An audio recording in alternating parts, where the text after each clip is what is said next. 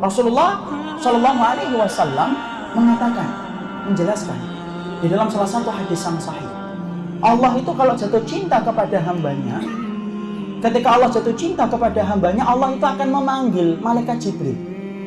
Antum tahu siapa malaikat yang paling dicintai oleh Allah? Malaikat Jibril. Makanya malaikat Jibril itu kelak merupakan malaikat yang paling terakhir dicabut nyawanya oleh Allah. Itu malaikat Jibril. Allah kalau jatuh cinta, Allah itu tidak diam, Allah tidak nutup, tapi Allah panggil malaikat Jibril. Allah kemudian sampaikan kepada malaikat Jibril, sesungguhnya aku ini cinta kepada fulan. Disebutkan namanya, amal solehnya yang sampai menjadikan namanya harum di hadapan Ar-Rahman, ikhwan. Maka kemudian Jibril mendapatkan perintah dari Allah, cintailah dia sebagaimana aku mencintainya. Jibril mencintainya, kemudian turun ke langit dunia, ke langit-langit yang diisi oleh ribuan malaikat, ratusan juta malaikat yang tidak pernah kita tahu jumlahnya. Ingat ikhwan, alam semesta ini ada dua, ada langit, ada bumi. Bumi kita berbagi dengan setan, berbagi dengan hewan. Tapi langit, Masya Allah, rapat dengan para malaikat yang tidak pernah berhenti bertasbih kepada Allah. Jarak satu malaikat dengan malaikat itu cuma setengah dhira dalam satu riwayat. Kalau rumah kita kan enggak, 200 meter cuma 2 orang, 100 meter cuma 1 orang. Di langit enggak, penuh, rapat, berdesak-desakan para malaikat itu. Maka kemudian malaikat Jibril mengatakan kepada para malaikat itu, Allah telah jatuh cinta kepada salah satu di antara hambanya karena amal-amal ini. Cintailah dia sebagaimana aku mencintainya dan sebagaimana Rabb kalian itu mencintai orang itu. Lalu kemudian seluruh penduduk langit akhirnya mencintai orang yang dicintai oleh Allah dan malaikat Jibril. Makanya sampai ada seorang salaf yang berkata, kam min majhulin fid dunya masyhurun fis sama, wa kam min masyhurin fid dunya majhulun fis sama. Makanya sampai ada seorang salaf yang mengatakan, berapa banyak orang yang mereka tidak terkenal di antara kita, datang tidak diantar, pulang tidak dijemput. Nah, tidak pernah dicari-cari, tapi menjadi orang yang masyhur di antara penduduk langit. Kayak Julaibib. Julaibib itu kan nggak terkenal di mata para sahabat. Tapi tahukah kita ketika kemudian Julaibib itu meninggal dunia, Rasulullah itu berkata berkali-kali kepada para sahabat, atafqaduna syai'an, kalian kehilangan seseorang atau enggak? Nafqadu fulan, nafqadu fulan, nafqadu fulan ya Rasulullah. Kami kehilangan fulan, kami kehilangan fulan, kami kehilangan fulan. Tidak disebutkan nama Julaibib. Rasulullah nanya lagi, atafqaduna syai'an, kalian kehilangan seseorang atau enggak?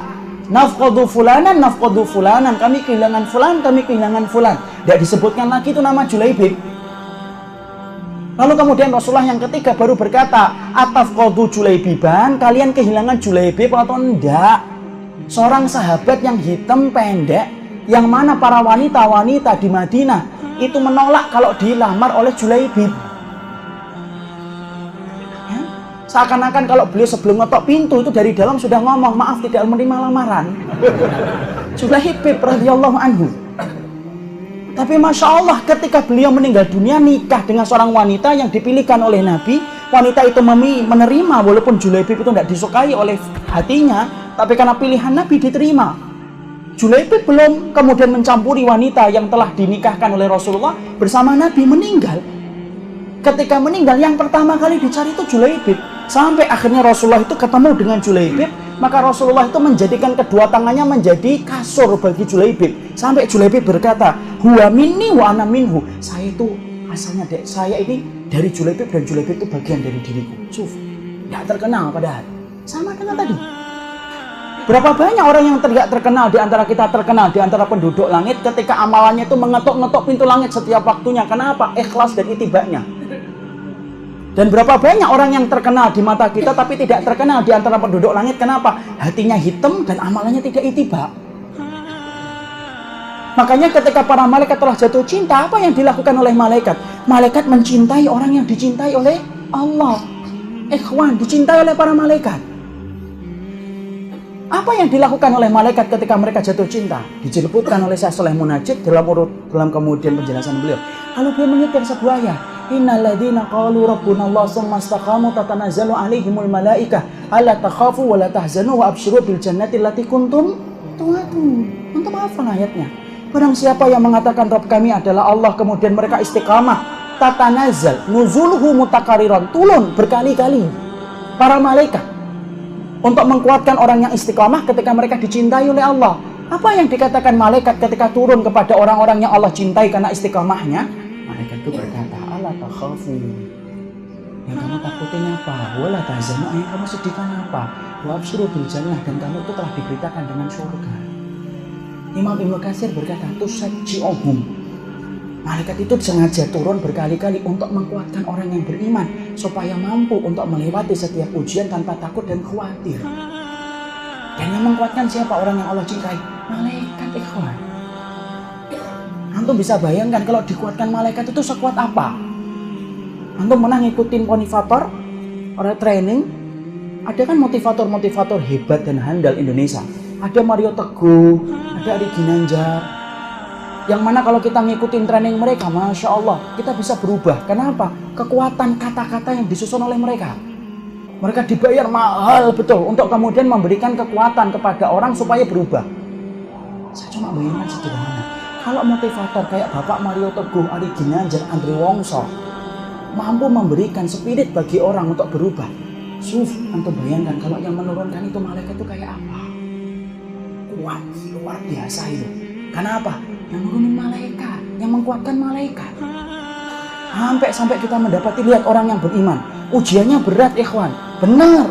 Kita tidak mengingkari ujian orang yang beriman itu berat. Tapi antum harus ingat, pertolongan Allah lebih besar daripada ujian yang Allah berikan. Dan di antara pertolongan Allah itu apa? Malaikat yang Allah turunkan.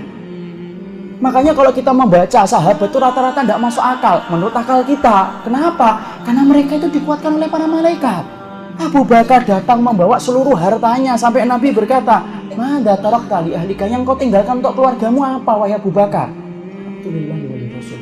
Aku tinggalkan mereka dalam penjagaan Allah dan Rasul, ya Rasulullah.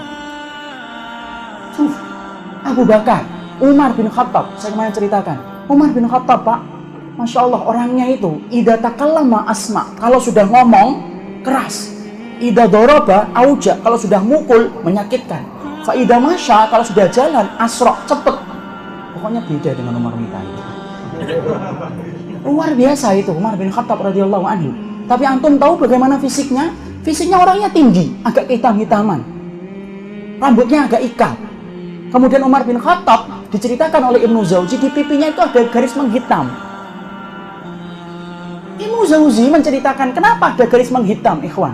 Lekasratil buka min khasyatillah. Karena banyaknya sering menangis Umar bin Khattab itu sampai bekas di pipinya.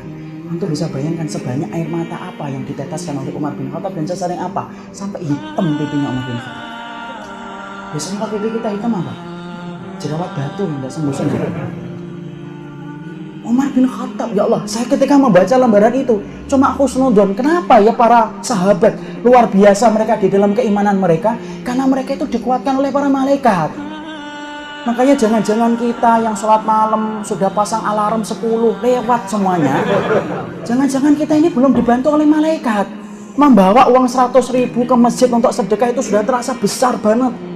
Tapi ketika kita bawa 100.000 ke bengkel terasa sedikit banget. Jangan-jangan kemudian kita mawas diri untuk mengukur. Jangan-jangan kita ini belum turun kepada kita itu malaikat. Karena apa? Kalau kita termasuk orang yang dicintai oleh Allah, Allah turunkan malaikat. Dan Allah mengkuatkan hati orang yang beriman itu Allah tidak kuatkan secara fisik. Allah kuatkan secara hatinya. Makanya orang yang beriman itu kadang-kadang badan mereka kecil, ikhwan. Tapi hati mereka yang kuat. Berapa banyak orang yang fisiknya bagus, tapi ketika kemudian dia rajin fitness, sholat di belakang imam kepanjangan dikit, kakinya gemeter. Tapi ada orang yang tampaknya kurus, tapi Masya Allah, ketika dia sholat sampai 2 jam, 3 jam, tidak terasa. Padahal makanannya berbeda kualitasnya daripada yang pertama. Kenapa? Allah kuatkan hati melalui para malaikat yang Allah turunkan. Itu yang dikatakan oleh Allah dalam surat Fussilat tadi. Makanya Masya Allah, kisah orang yang beriman itu menggetarkan jiwa. Makanya sampai kemudian dikatakan tidak ada orang yang paling hebat dalam iman kecuali adalah orang-orang yang beriman dan solih kepada Rabbnya. Sampai Allah kuatkan hati mereka.